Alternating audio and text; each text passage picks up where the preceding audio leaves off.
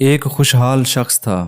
اس کا ایک اکلوتا بیٹا ناز و نم میں پلا ہوا، یہاں تک کہ جوان ہو گیا۔ نہ کوئی ہنر نہ ہی کسی کام کا تجربہ، اسے ایک ہی کام آتا تھا، اور وہ تھا باپ سے چھپا کر ماں کے دیے ہوئے پیسوں سے کھیل کود اور مستیاں کرنا اور سڑکوں چوراہوں پر وقت گزارنا۔ ایک دن صبح کے وقت باپ نے اسے آواز دے کر اپنے پاس بلایا اور کہا، بیٹے اب تم بڑے ہو گئے ہو اور خیر سے جوان بھی ہو، آج سے اپنی ذات پر بھروسہ کرنا سیکھو، اپنے پسینے کو بہا کر کمائی کرو اور زندگی گزارنے کا ڈھنگ سیکھو۔ بیٹے کو یہ بات کچھ ناگوار سی گزری۔ تقریباً احتجاج بھرے انداز میں اس نے باپ سے کہا، مجھے تو کوئی کام کرنا نہیں آتا۔ باپ نے کہا، کوئی بات نہیں، اب سیکھ لو، تم آج ہی شہر روانہ ہو جاؤ، اور یاد رکھو جب تک میرے لیے ایک سونے کے اشرفی نہ کما لینا، لوٹ کر واپس نہ آنا۔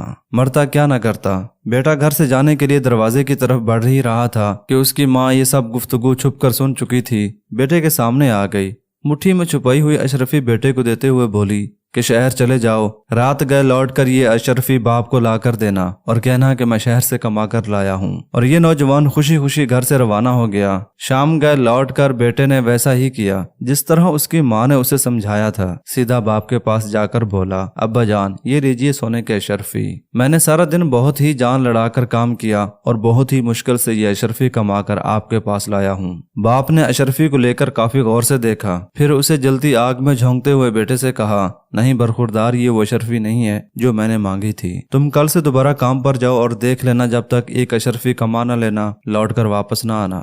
بیٹا خاموشی سے باپ کی اس حرکت کو دیکھتا رہا، نہ کوئی احتجاج اور نہ کوئی رد عمل۔ دوسرے دن شہر کو جانے کے لیے گھر سے باہر نکلتے ہوئے دروازے کی اوٹ میں ماں کو پھر منتظر پایا۔ ماں نے اس کی مٹھی پر ایک اور اشرفی رکھتے ہوئے کہا، بیٹے اس بار جلدی واپس نہ آنا، شہر میں 2 یا 3 دن رکے رہنا اور پھر لوٹ کر باپ کو یہ اشرفی لا دینا۔ بیٹے نے شہر جا کر ماں کے کہے پر عمل کیا۔ 3 دن کے بعد گھر لوٹ کر سیدھا باپ کے پاس گیا اور اشرفی اسے تھماتے ہوئے کہا، اے والد محترم، یہ لیجیے سونے کے اشرفی، اسے کمانے کے لیے مجھے بہت کٹھن محنت کرنا پڑی ہے۔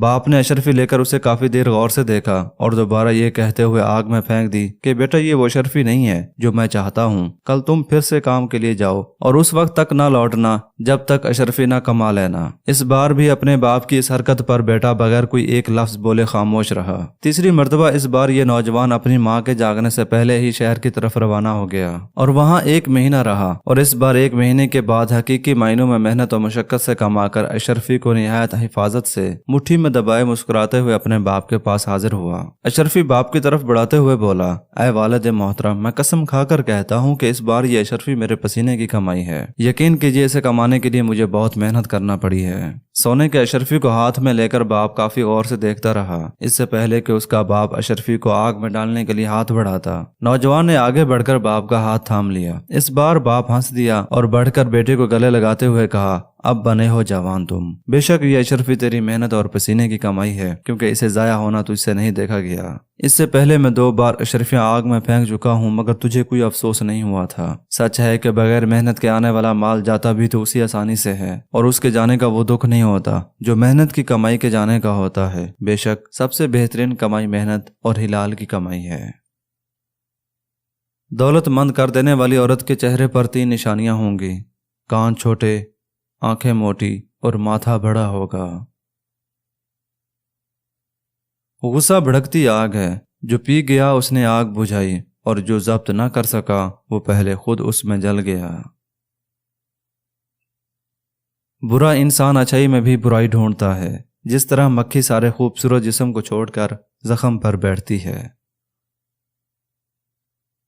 کسی چٹان پر اپنی محبت کی بنیاد نہ رکھو محض اس لیے کہ وہ اونچی ہے۔ جس انسان کے دل میں روشنی نہ ہو وہ چراغوں کی محفل سے کیا حاصل کرے گا؟ زندگی کی مالا میں ایسے قیمتی موتی جمع کرو جن کی چمک سے سارے جہاں میں روشنی پھیل جائے۔ اپنی زندگی میں ایسی شمع روشن کرو جن کی روشنی سے آنے والی نسلیں روشنی حاصل کریں۔ وہ انسان جو علم حاصل کر کے بھی گناہ کرے وہ اس پھول کی طرح ہے جو شوخ رنگ ہونے کے باوجود بھی خوشبو نہ دے سکے۔ کتابوں کو زمین پر نہ گرنے دیا کرو، کیونکہ یہ کتابیں انسان کو آسمان پر لے جاتی ہیں۔ بے علم شخص اس پھول کی مانند ہے جو شاخ پر تو آیا مگر کھل کر مسکرا نہ سکا۔